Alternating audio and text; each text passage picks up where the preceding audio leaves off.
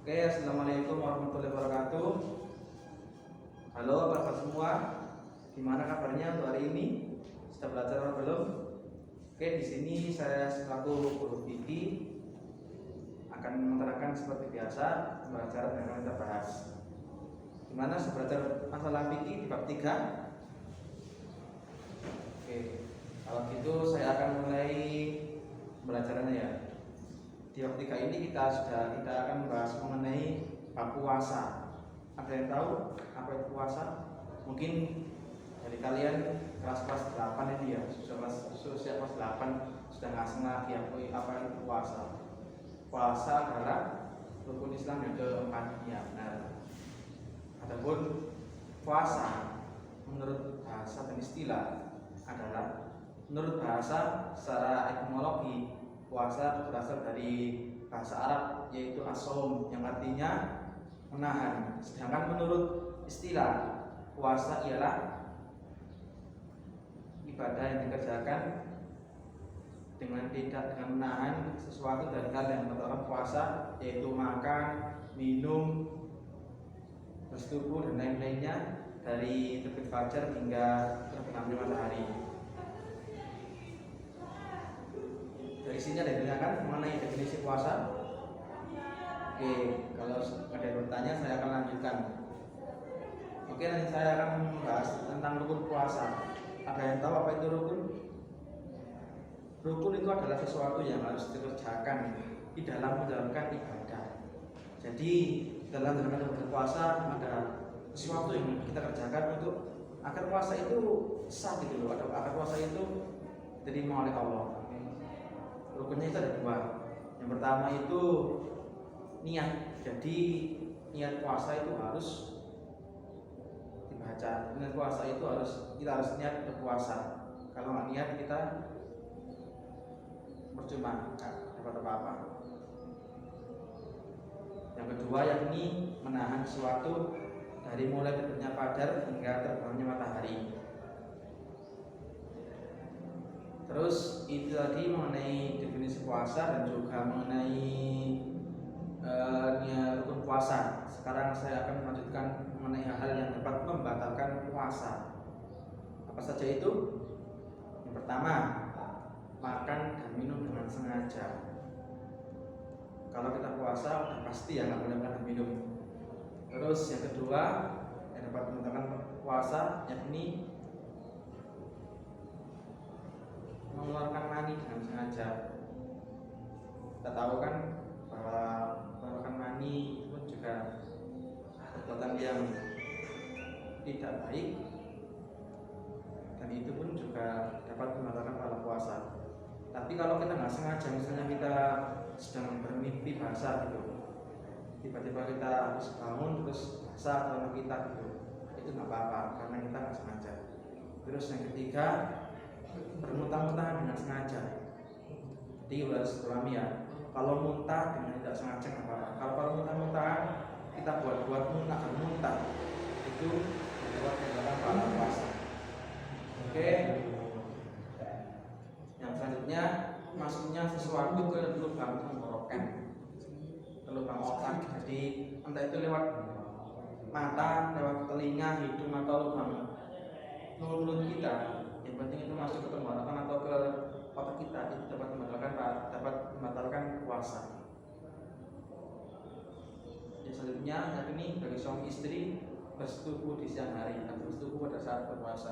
Jadi pada saat berpuasa dilarang untuk bersetubuh, meskipun itu nggak keluar air mani, nggak keluar sperma. Tapi kalau sudah bersetubuh, bertemunya antara alat kelamin perempuan dan alat pria, itu dapat membatalkan puasa. Oke, untuk selanjutnya, untuk dapat membatalkan puasa masih ada lagi ya, kurang 6 poin di sini. Silakan dibaca lagi ya. Itu bisa baca sendiri sama harus saya terangkan. Terus yang selanjutnya saya akan bahas mengenai hal-hal yang dapat menghilangkan pahala puasa. Kalau tadi membatalkan puasa, tapi kalau ini puasa itu diterima oleh Allah, puasanya itu sah, tapi pahalanya yang hilang. Jadi kita hanya dapat rasa lapar dan harus haus saja. Apa saja itu? Yang pertama, satu yang dijelaskan dalam kitab Syaikh Mustafa itu Famusuli Solin Yuftirna So'ima Bayang Purnal itu ada 5 perkara yang dapat menghilangkan pahala puasa dan juga merusak pahala wudhu. Pertama, apa itu ibadah? Kalau kita puasa kita membicarakan kegiatan orang lain, itu kita sudah menggunjing namanya, dan kita sudah pahala puasa kita sudah hilang. Tapi puasa kita masih sah, tapi pahalanya hilang. Terus yang kedua, walaupun itu, yakni berbohong. Hati-hati loh ya kalau berpuasa. Berbohong satu sekali saja ini dapat menghilangkan pahalanya. Yang ketiga, waliyamin al-masyhur, yakni bersumpah palsu. Kalau kita bersumpah dan itu kita tahu itu tidak benar, maka itu dapat menghilangkan pahala puasa. Yang keempat, yakni wanami matu, yakni mengadu domba. Kalau kita sedang berpuasa, kita mengadu dua kubu untuk saling bertengkar, untuk saling menjatuhkan satu sama lain, saling menghina, saling menjelek-jelekan. Itu kalau kita mau hal seperti itu, yakni mengadu domba, itu dapat menghilangkan pahala puasa kita. Terus yang terakhir, yang kelima, yakni wanatul bisyahwati, melihat sesuatu dengan syahwat. Misalnya seorang lelaki melihat perempuan yang cantik itu disertai syahwat dalam hatinya, itu dapat menghilangkan pahala puasa. Kalau nggak sengaja nggak apa, tapi kalau terus-teruskan itu dapat menghilangkan pahala puasa. Begitu pula sebaliknya, kalau seorang perempuan melihat lelaki tampan, itu pun juga dapat menghilangkan pahala puasa. Oke, dari situ itulah 5 perkara yang dapat menghilangkan pahala puasa. Sekarang kita akan bahas mengenai jenis-jenis puasa. Jenis puasa kedua, puasa wajib dan puasa sunnah. Kalau puasa wajib adalah puasa yang harus dikerjakan, dan kalau tidak dikerjakan maka akan mendapatkan dosa. Jenis puasa wajib ada yang tahu? Ada berapa? Dalam 3 ilmu fikih, dalam jenis puasa wajib itu ada 2 macam, yakni puasa nazar dan puasa Ramadan.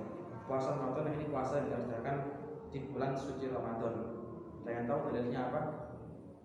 Dalilnya sudah jelas di surat Al-Baqarah ayat 133, yakni ya ayyuhalladzina amanu, wahai orang-orang yang beriman, kutiba alaikumus syiyama, diwajibkan untuk kamu puasa, kama kutiba alal ladzina min qablikum, sebagaimana telah diwajibkan kepada umat sebelummu, la'allakum tattaqun, agar kalian bertakwa. Terus yang kedua, yakni yang kedua, puasa wajib adalah puasa nadar. Puasa nadar itu puasa yang dijanjikan. Misalnya kita berjanji gitu, misalnya kita sakit nggak sembuh, terus kita berucap dalam hati, berucap dalam lisan kita, nanti kalau saya sembuh saya akan berpuasa gini. Nah itu puasa. Kalau kita sembuh maka kita wajib berpuasa. Kalau kita nggak berpuasa kita berdosa. Perlu diingat ya, puasa wajib ini niatnya harus nggak boleh setelah subuh, harus pada waktu sahur atau pada waktu malamnya.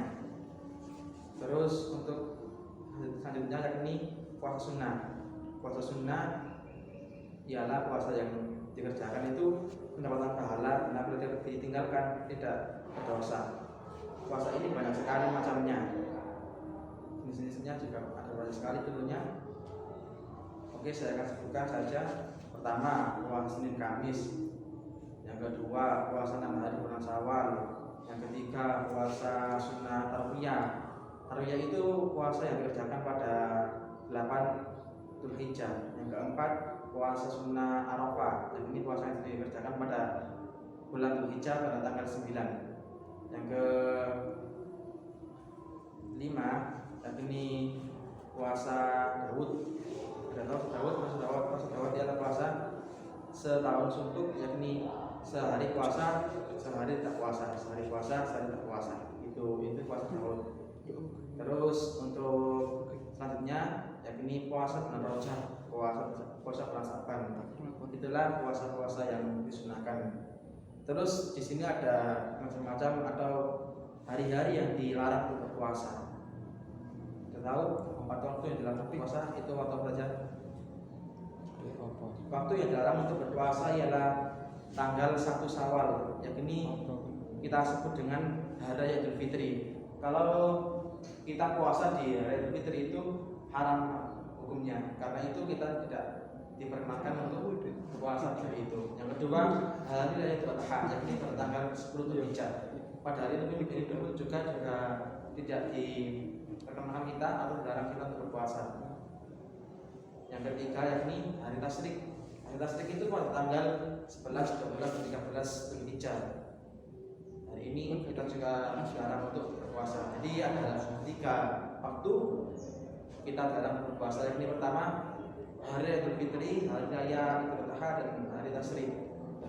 Oke, itu tadi pembahasan mengenai hari yang pertama untuk berpuasa di Marang. Jadi mungkin itu sudah dapat saya sampaikan. Ini selanjutnya di halaman selanjutnya ini buku fikih, tolong dipelajari di rumah. Ini mengenai syarat-syarat puasa, hal yang disunahkan untuk berpuasa dan hal yang dimakruhkan dalam berpuasa. Silakan dipelajari di rumah. Mungkin saya sudah menjelaskan mengenai definisi niat, jenis-jenis puasa, hal tempat-tempat puasa, hal yang menghilangkan pahala puasa, dan jenis-jenis puasa, dan hal-hal yang dilarang untuk hari-hari waktu-waktu yang tertentu yang dilarang kita untuk berpuasa.